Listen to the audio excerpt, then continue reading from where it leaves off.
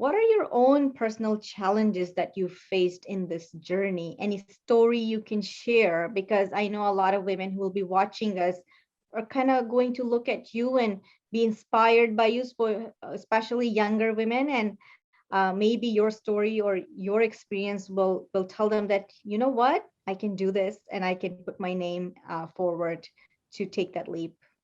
Absolutely.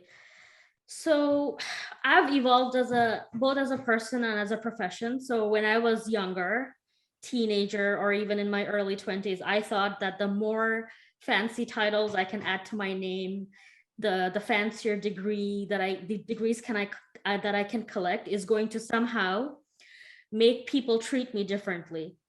But guess what? When I'm out in the open, my degree is not written on my face, or my fancy titles or accomplishments. I don't carry them with me. When people see me, they see me for who I am. So my identity is not really defined by those titles or those letters, right? So that's a realization that I had a little later in my career. And what I would like to highlight for all women of color is really develop that self-confidence in yourself, and don't try to hide behind those accomplishments, because in the real world, people don't care. Yeah. People do not care if you went to a top tier university or you went to a community college. Anybody can have a lot, anybody has a lot to contribute in their own way. So really develop that self-confidence to stand up for yourself and advocate for yourself. I never advocated for myself. I was one of those people who thought, oh, my work speaks for itself, right? So guess what? The more you do that, the harder you work. You're trying to prove yourself again and again and again, and that might lead to burnout, right? Yeah. So eventually you're not really accomplishing what you started out to do. Yeah.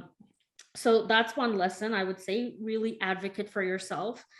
And the other thing I would, from my own personal experience, and a lot of the times I've worked in plant environment where it was literally just an industrial zone.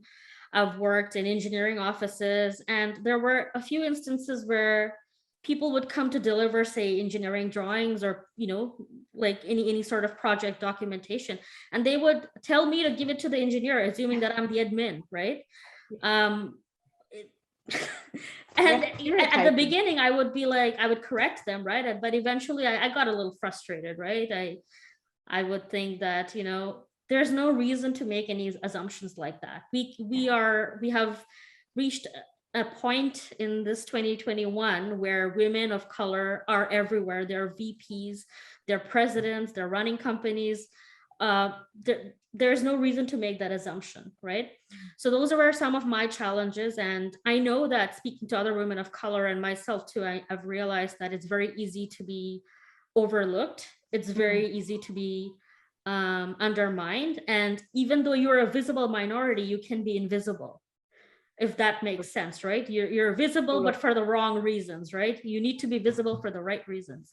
So really having that self-confidence, that the tendency to be a self-advocate, and find mentors from an early stage, so that you're not left to figure all these out as you go, right? It's so important and so nice to have that experience early on, and reach out to other women of color.